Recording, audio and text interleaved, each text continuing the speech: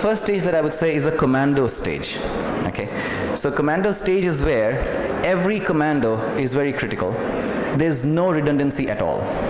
Think of your team, a startup team. Every individual who's participating in that core group is a commando. There's no redundancy at all.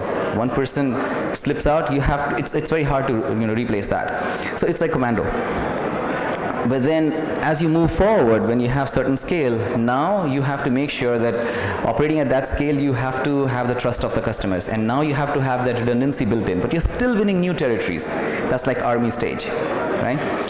But then after a certain point, you're entrenched in the market. Now it's all very organic and gentle growth, where all the SOPs are written, standard operating procedures are written. People are just following those and making sure that growth continues to happen. There's a COP stage, right? So I want to talk about that. The perspective we need to have at different stages. They have to be different. They have to be relevant contextually.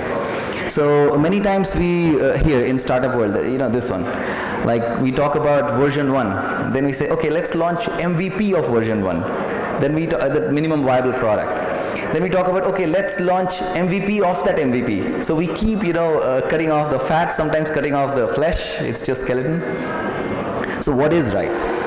Is that the right approach, that we really make the product as minimalistic before we make the offering? Or should we really make an awesome product? So there's no straight answer to this. All I would say is that it clearly depends on the kind of traction you're having for your product. And when you're just starting off, you should not worry as much about, for example, downtimes.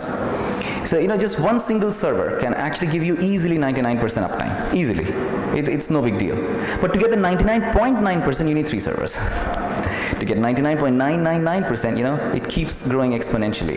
It makes sense. When I did Flipkart, of course, we had 99.99, more nines, those kind of uptimes. It made sense because every minute of my downtime was costing me lakhs and lakhs of rupees in revenue. But when you're doing a startup, many times I've seen that, especially when you have a lot of too many tech minds and nobody to do the reality check. I've also been victim of that, or rather created such a situation. But anyway, so then we end up over-engineering.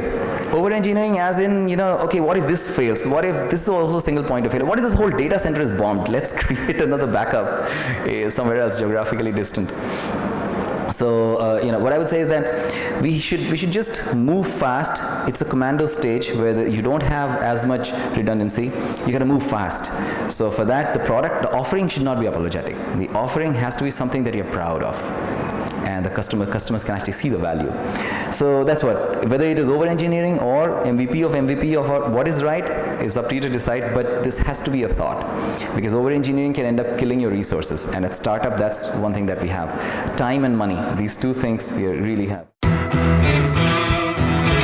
So first of all, most of the hiring happens based on competence.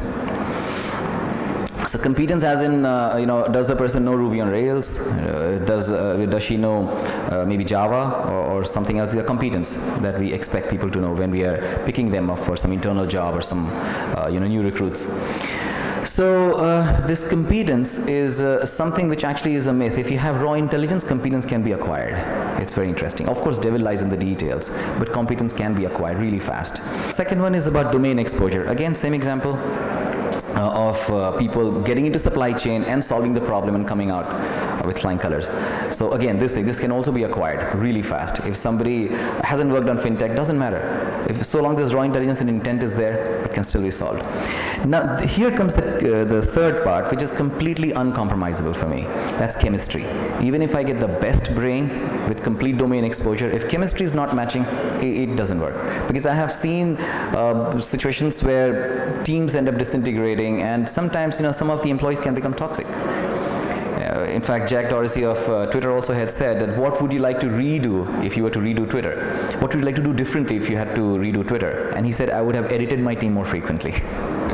So pretty important. So chemistry is totally uncompromisable. There's one more thing that got added to my list, which I call aspirations. So it's very important to map those aspirations. For example, say if there's one room where all developers are sitting, or say your product managers and all, they're sitting and they are working now, one guy is dreaming of, no offense to Hero Honda, but just for this example's sake, so if he's imagining that my life is set if I have one Hero Honda 100 SS and a black label at my home to drink. And the other guy is dreaming about a private jet. Who's sitting next to him? Their problems. So you have to have those kind of aspiration mapping as well. So these are things which are not too hard to figure out. And it's not that different, everybody has to have very high aspirations. You have to segregate them into the right teams. You would need support teams. You would need teams which build the roadmap. You need teams which solve very complex problems. You need very high intensity individual contributors. So we need to slot them correctly. But chemistry is certainly uncompromisable.